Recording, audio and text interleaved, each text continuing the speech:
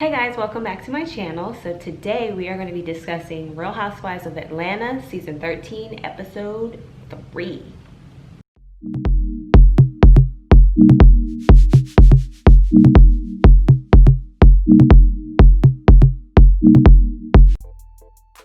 Okay, so we open up with Portia and she is still protesting. They are marching up to a bridge, and on the bridge they have the police and all their military gear.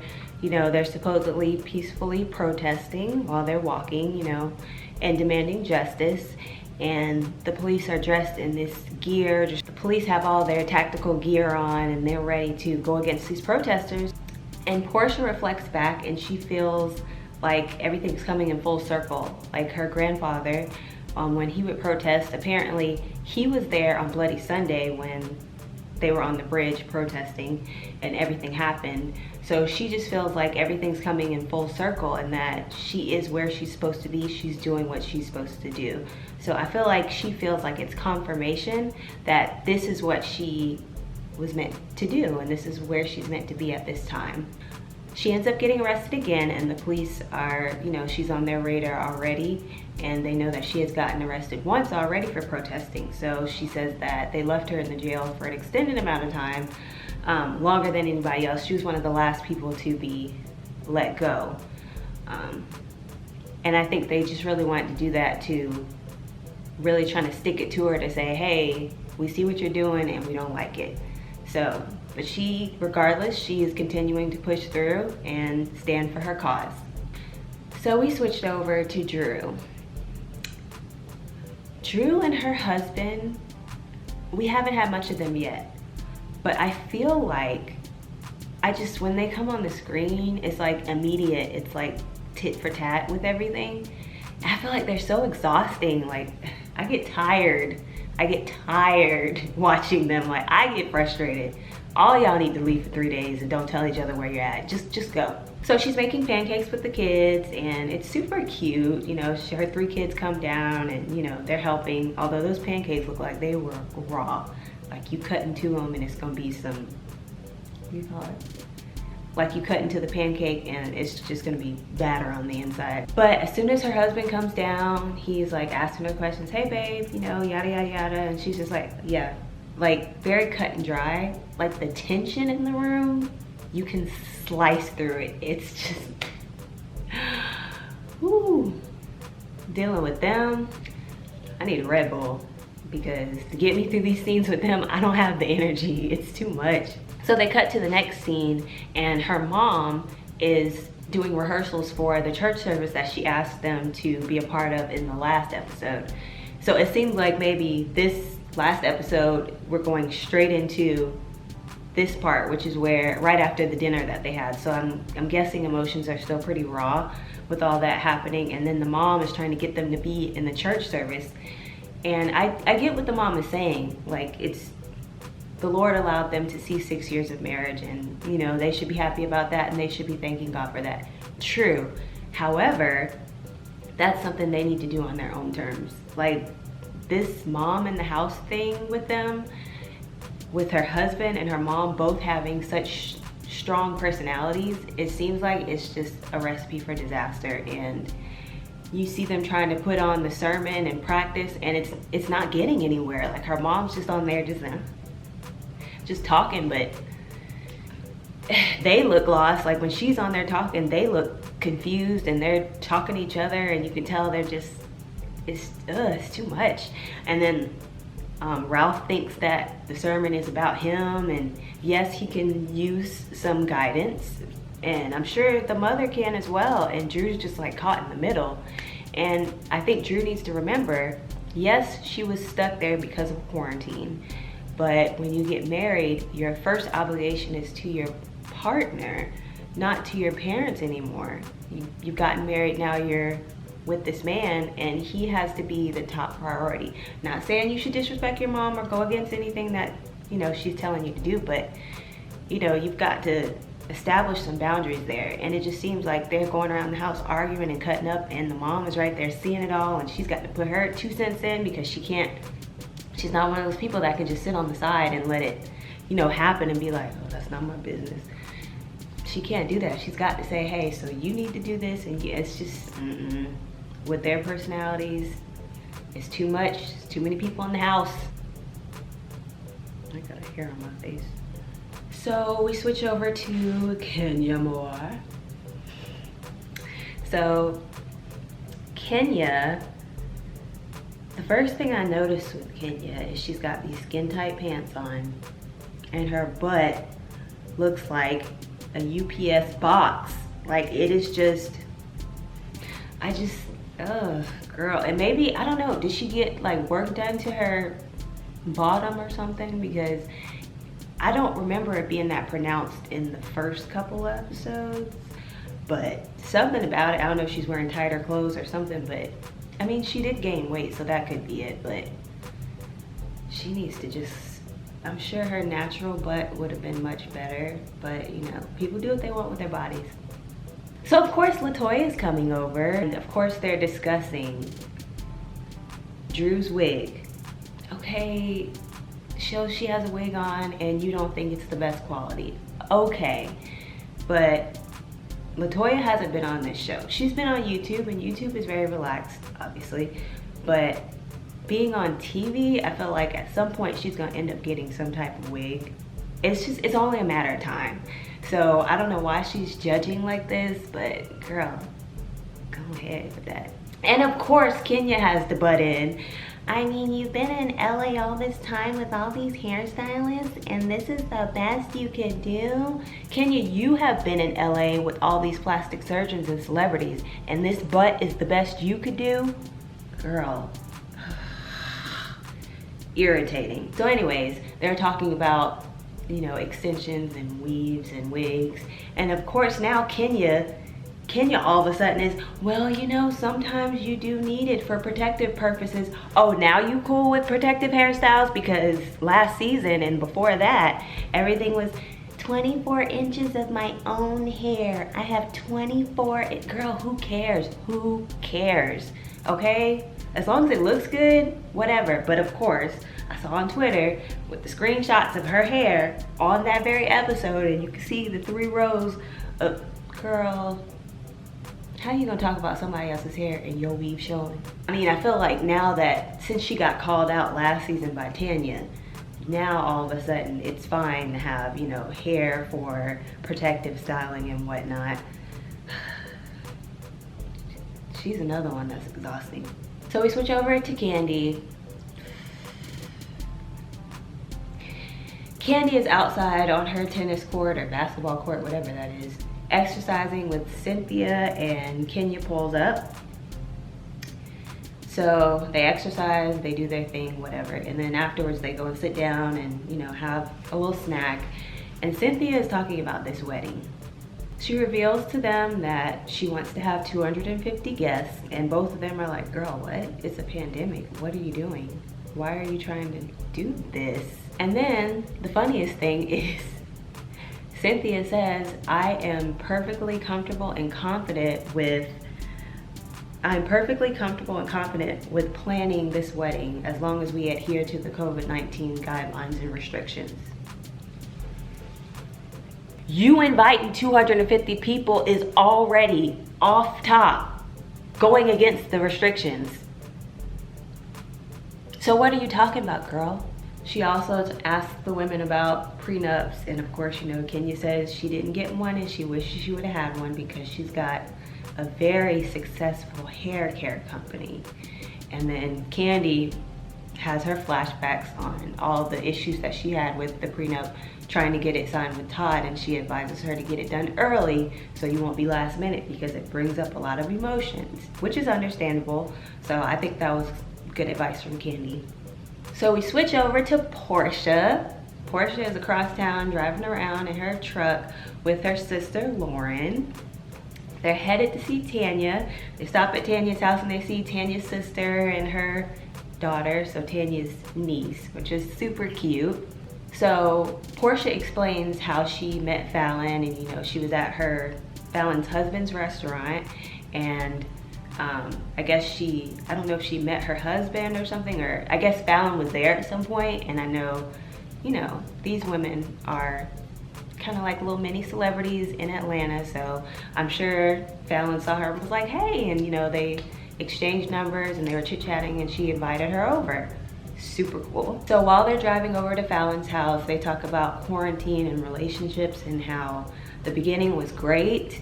However, as the months went by, it started to become more and more difficult because, you know, when you're around somebody all the time, it can be a lot. I'm sure this quarantine has forced a lot of couples to face some truths, and it can be difficult being stuck in the house with your family all the time, and you can't go anywhere, you can't do anything.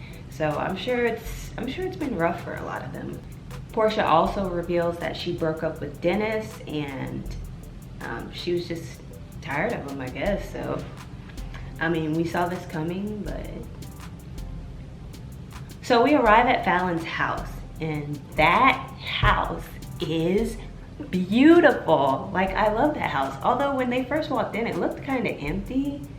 So I don't know, that was weird, but nevertheless, it's beautiful. House is beautiful. So they get to the backyard, the pool looks amazing. We meet Fallon. She's a very pretty girl. We meet her husband. They seem like an unlikely couple, but you know, I think we know what that's about. But yes, they're introducing each other and they're just having fun, throwing each other in the pool, and it looks like a really fun time. However, the camera pans over and her husband's just like sitting on the side watching them frolic around. Don't you have work to do? You guys are rich. I'm sure you have something that you should be doing, a business or something. Something. Why are you watching me and my friends throw each other in the pool and have girl time? It's girl time. Go away. He's weird. Something about him is a little off-putting, but you know, I could just be overanalyzing it. Whatever. Her house is beautiful. She just gets to sit and enjoy that beautiful home, and I'm happy for her. Okay, so now we switch over to Drew, who is excited because they are supposedly moving into a new home. Apparently, well, she says they purchased a new home, but I guess not. Anyways, the house is beautiful. It is very nice. So she's talking to her husband and she's all excited. She's like, so the house is ours, right? We can say that. And he's just like, no, not quite. You signed this, what is it, the sale agreement, he said. And she's just like, okay, so what else do we have to do? And he's just like, very sarcastic tone. Well, we have to get my lawyer involved, and I have to do this and I have to do that. And she's like, okay, well, you know, can you let me know? Because we're packing up all this stuff. And it almost felt like she was trying to get the ball rolling with the move, and maybe things have progressed more than she knows, but he didn't want to let her know that because he just wanted to be done himself. Like, don't worry about this, don't worry about that, I got it, I'm the man in this house, I'm gonna make sure you get moved in. Like, he's very controlling. Like, the way he was talking to her was very condescending. Like, he was, oh, well, I have to get this done, and now see, this is why you can't just say it's our house, that's why I don't say stuff like this. Sir, take it down. You are dealing with somebody who is also successful. She is a successful actress. And I'm not saying that, you know, she's successful to where she's got gigs coming in everywhere. But I mean, like, you know, she does things for herself. And I'm sure she would be fine on her own if he wasn't there. So why are you not treating her like your equal? And even if she wasn't doing that, then he shouldn't be treating her like that. Like, he's just, everything is an argument with him. Like, he just wants to argue about everything. He's very tiring. So they go for a drive to go to the house because she's excited and she wants to stop by, which is what I want to do. I want to be over there all the time. So they pull into the driveway of the new home, and she's just like, look, we're pulling into the driveway of our new house and we're arguing. Like, I don't want to bring any of this drama into the new house. and she reveals that she found a counselor that she thinks would work for them. And he's like, oh, so did you talk to her? And she's like, well, yeah. Oh, so she's already got these preconceived notions about me. First of all, a good counselor is going to listen to what you have to say with a grain of salt, especially before the evaluation of you guys has even started. Like, she's not, I feel like the counselor would not take what is being explained as the issue that you're having in your relationship and just say, all right, she already told me what's happening, so as soon as he comes in, I'm already gonna know. Like, they're gonna be unbiased, they're gonna listen to both sides, they're gonna come up with an analysis and how to work and move forward if that's what you wanna do. Why are you getting all worked up? And if that's the case, just say, okay, well, if you spoke to her, like, I feel like maybe she might be a little biased about, you know, what's going on, and maybe we can look for a counselor together. Like, there's so many other ways he could have said that without being so dismissive and argumentative. Again, I need it. Sorry, I had to. Okay. So we switch over to Cynthia. And can we just say, first of all, I'm a medical professional. These people walking around with face shields and no mask really irk me, because it's like triggering. Because what's the point of having the face shield on without the mask? If anything, I would want the mask. If I had to pick one or the other, I would want the mask by itself, but not the face shield by itself. Like, there's open space right there. So they pull up to one of her possible venues. Well, I guess this is the only one. She said she planned this 6 months ago. So the venue that she wants, and she is super excited. They're showing her all the stuff that they can do, the entrance, all the rooms they can have different things in, and it really does look beautiful. So Mal comes, who is Cynthia's sister, so that she can be kind of an unbiased opinion between the two, since they've been having so much tension with what the plans are for this wedding, being that they're in the middle of a pandemic. So Cynthia starts talking about how beautiful it is, and Mike is like, yeah, this is really beautiful, but yes, we can fit all the people comfortably for the wedding that you want to have. However, once again, the rules are no more than 50 people in a gathering. So if this isn't lifted by the time 10/10/20 comes around, what are you gonna do? And she is just defensive, and, well, we just have to push it back. And I really don't understand why you couldn't have something where she goes down to the courthouse, or even something very small, which is her, him, their siblings, children, and a pastor, and gotten married, and then had the celebration later and still had like a 10/10/20 theme. But she was just not having it, and I don't understand. And it's funny because she's like, what is she, like 55 now? Like, having a full-on tantrum over, well, if I can't have it, like, what? Girl, shut up. Another one. Because what they were saying was not unrealistic. They were literally saying, like, if this is not allowed to happen, what is the plan? We need a plan B. And she made herself look like she was more interested in having the wedding than what the actual marriage entailed. Like, she was more into, how is this going, like, she just wanted the wedding. She didn't want the marriage. That's what it made her look like. And it was causing him to be very skeptical of her, because he's like, I mean, at the end of the day, it's just you and me. All these other people don't really matter. You're gonna forget about, everybody's gonna forget about this wedding in a couple hours. I already forgot about the wedding. Also, can we take note of how silly everybody looked arguing in these face shields? Mike's face shield like this, sticking out. Cynthia, I don't think anything was wrong with her face shield. Mal's face shield was like crooked to the side. And they're just, I don't know, the whole thing was silly. And they look so goofy. So that wraps up my recap on season 13, episode 3 of The Real Housewives of Atlanta. Be sure to like, comment, and subscribe to my channel. And I will see you guys next time. Cheers.